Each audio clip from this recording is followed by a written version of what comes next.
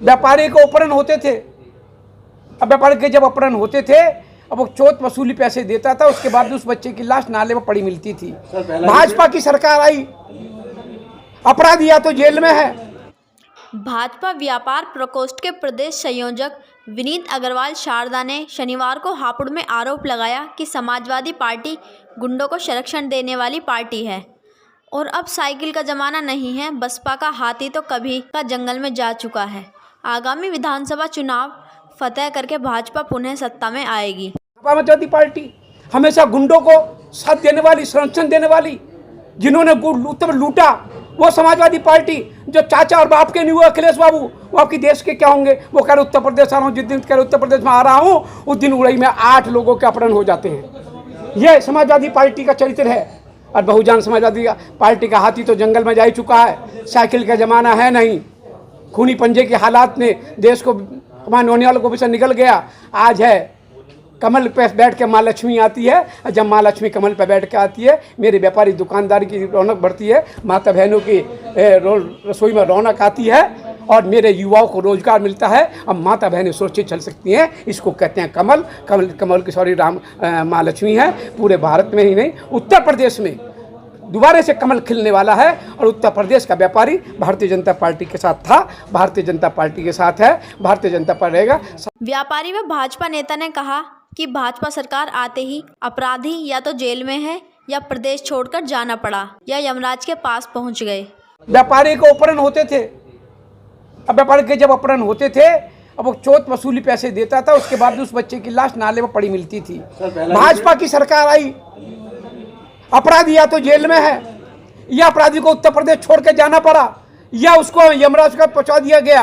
अतीक अंसारी जैसे, आजम खान जैसे, या बाकी जितने भी थे, सब जेलों में सड़ रहे हैं, जमात लेने को तैयार नहीं है। भाजपा नेता ने आरोप लगाया कि विपक्षी दलों ने सदैव व्यापारी को ठगा है। भाजपा ने चुनावी वायदों को पूरा किया है। पार्टी अकेली पार्टी है देश में जिन्होंने व्यापारियों के मान, सम्मान, स्वाभिमान की रक्षा की है। पिछली सरकारों में, चाहे समाजवादी पार्टी की अखिलेश बाबू की सरकार हो, चाहे बसपा या कांग्रेस की सरकार रही हो, उन्होंने व्यापारियों को हमेशा ठगा है।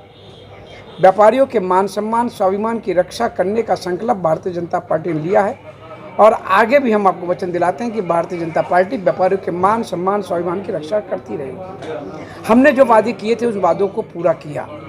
हमने व्यापारियों से वादा किया था, हम व्यापारी कल्याण बोर्ड का गठन करेंगे, तो हमने प्रदेश में व्यापारी कल्याण बोर्ड का गठन किया।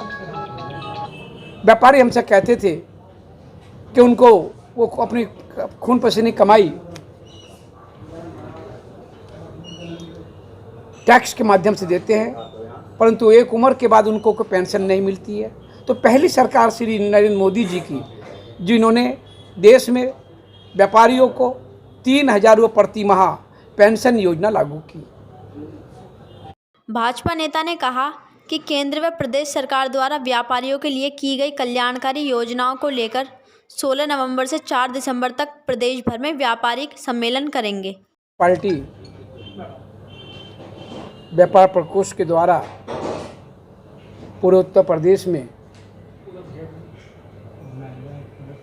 16 नवंबर से हम व्यापारी सम्मेलन करने जा रहे हैं। चुनावी बिगुल बज चुका है, सेनाएं दोनों तरफ तैयार हैं।